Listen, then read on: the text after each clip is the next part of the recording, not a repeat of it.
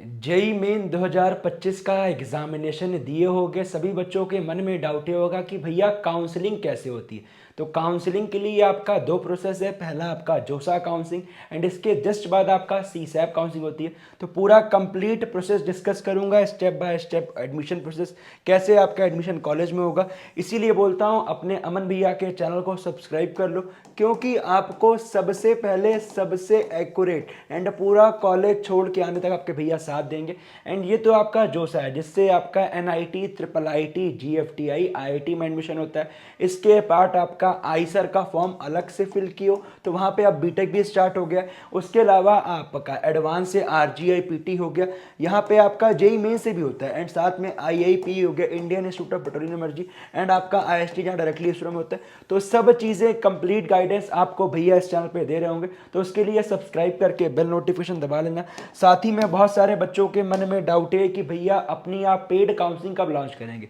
हर साल हम पिछले 5 सालों से लगातार बच्चों को गाइड कर रहे हैं एंड उनके बेस्ट कॉलेज में दे रहे हैं। बिल्कुल अफोर्डेबल कॉस्ट में रहने वाला है, जो कि जस्ट आपका अप्रैल अटेम्प्ट के एग्जामिनेशन के बाद रिजल्ट आएगा एंड उसमें आपकी रैंक बन के आती है। उसके बाद ही आपका लॉन्च करने वाले हैं। तो अभी आप परेशान मत होइए भैया मुझे आपका काउंसलिंग सपोर्ट लेना है, आपने अभी तक लॉन्च नहीं किया। अभी लॉन्च करने का कोई मतलब नहीं बनता। अभी आप अपने आप को इंप्रूव कीजिए। अभी आपको अप्रैल अटेम्प्ट पे फोकस करना है।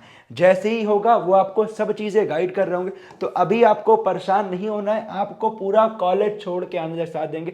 सब कुछ मैंने आपके लिए प्लान किया हुआ है, पूरा टीम लगी हुई है। तो आपको टेंशन नहीं लेना है। दिस साइड अमन भैया from Indian institute of science education and research Bhopal universe आपको सब चीजें गाइड कर रहे होंगे। तो बिल्कुल परेशान मत होइएगा। जो चीज मैंने अपने टाइम में फेस की हुई थी, जो लैक ऑफ नॉलेज थी बच्चों को उस टाइम में, जो कि मैं आपको नहीं होने दूंगा, उसके लिए आप परेशान मत होइएगा।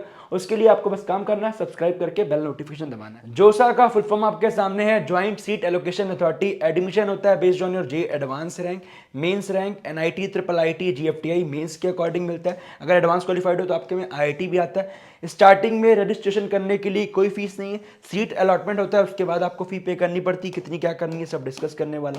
तो जो आपका काउंसलिंग है वो भैया स्टार्ट कब से होगी, जस्ट आफ्टर जे एडवांस का रिजल्ट। जे एडवांस का रिजल्ट 2 जून को आएगा। 3 जून से काउंसलिंग स्टार्ट होगी। ऑफिशियल पोर्टल पे मेंशन हो चुका है। तो कब किसको क्या करना होगा सब आपके भैया बता रहे होंगे। देखो आपके सामने है 2 जून, 3 जून से काउंसलिंग स्टार्ट होगी। ये जे एडवांस की वेबसाइट से सोर्स दिया गया।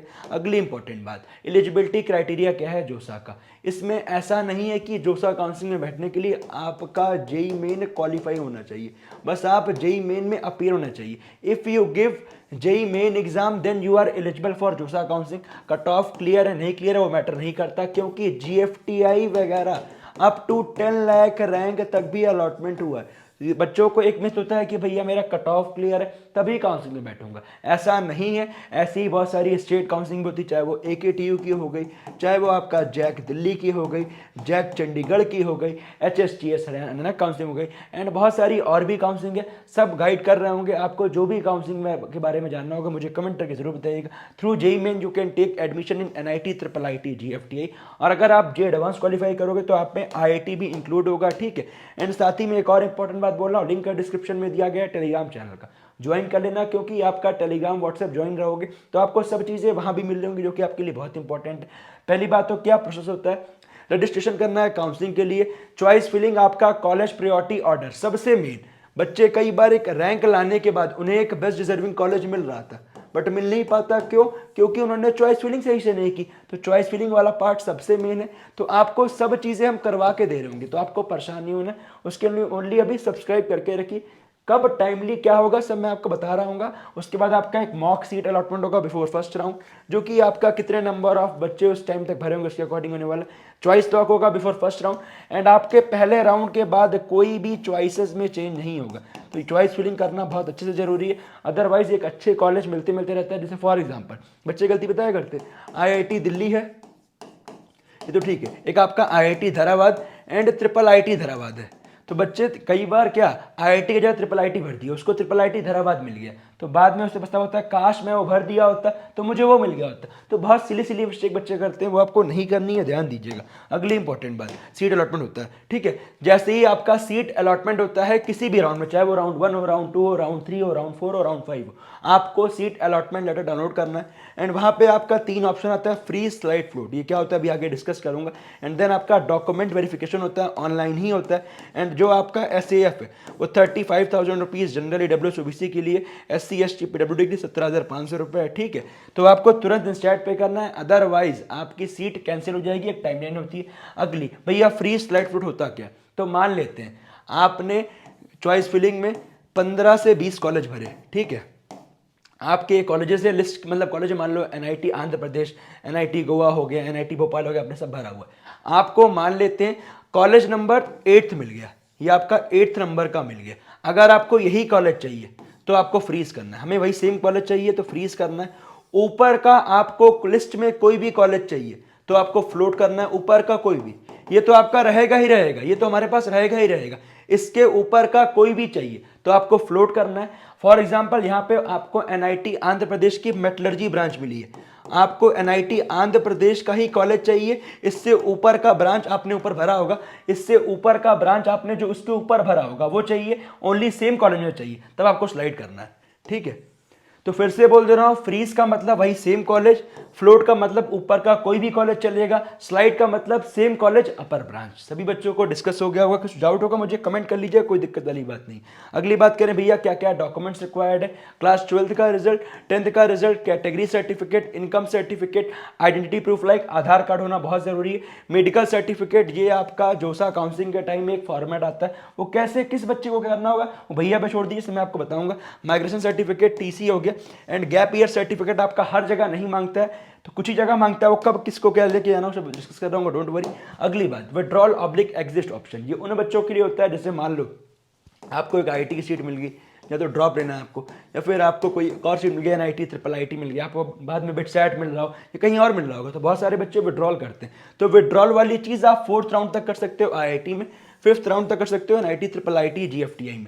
एंड विड्रॉल के लिए आपका क्या, जिस बच्चे ने सीट एक्सेप्ट कर ली उसे छोड़ना है, तो ये आपका विड्रॉल होता है, ठीक है, ध्यान दीजिएगा। विड्रॉल आप कर सकते हो, कोई दिक्कत वाली बात नहीं, उसमें फिर आपके 7,000 रुपीज़ काट के आपके पैसे रिफंड कर दिए जाते हैं। वो कैसे क्या होगा सब बता रहा हूँ, डोंट वरी, ठीक है। रीएमिटेंस ऑफ पार्शियल एडमिशन फीस, तो कहने का मतलब क्या, जो आपने सीट मिली हुई है अगर आपने PF पे नहीं किया तो आपकी सीट कैंसिल हो जाएगी, तो पार्शियल एडमिशन फीस पे करना मैंडेटरी है at the end of 5th round of JoSAA candidates having provisional allocate seat.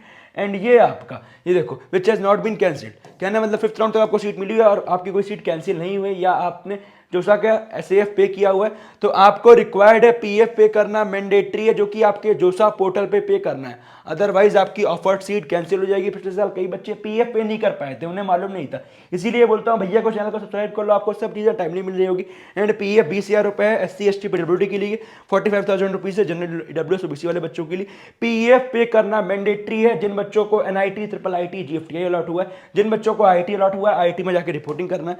अगली इंपॉर्टेंट बात, fee payment in IIT system, तो आपका SAF पे करना है 35,000 रुपये, ठीक है। जनरल EWS OBC वाले बच्चों को जैसे सीट अलॉट होगी 17,500, SC ST PWD वाले बच्चों को PF वाला यहाँ कोई ऑप्शन नहीं होता है। बैलेंस फीस आपका रिमेनिंग IIT के पोर्टल पे जाके पे करना है, वो कैसे क्या करना है IIT वाले बताते हैं, मैं भी आपको गाइड करूंगा, उसके लिए आपको परेशान नहीं होना है। NIT प्लस सिस्टम में 35,000 रुपये SAF हो गया, देन आपका PF पे हो गया, बैलेंस फीस आपका NIT ट्रिपल IIT GFTI के पोर्टल पे जाके होगा, कोई दिक्कत वाली बात नहीं। एंड अगर आप CSAB में पार्टिसिपेट कर रहे हो तो जो आपका बैलेंस फीस है वो आपका आफ्टर CSAB राउंड 2 के बाद पे करना है। वो कैसे क्या करना होगा, CSAB में कैसे बैठना है, अगर आपको इसके रिगार्डिंग वीडियो चाहिए मुझे कमेंट करके बताइएगा। CSAB spot round, only 2 rounds will be there, admission on vacant seats in NIT triple IIT GFTA। Registration fees की बात करें 45,000 रुपीज़ आपका जनरल EWS OBC के लिए, SC ST PWD के लिए 25,000 रुपये।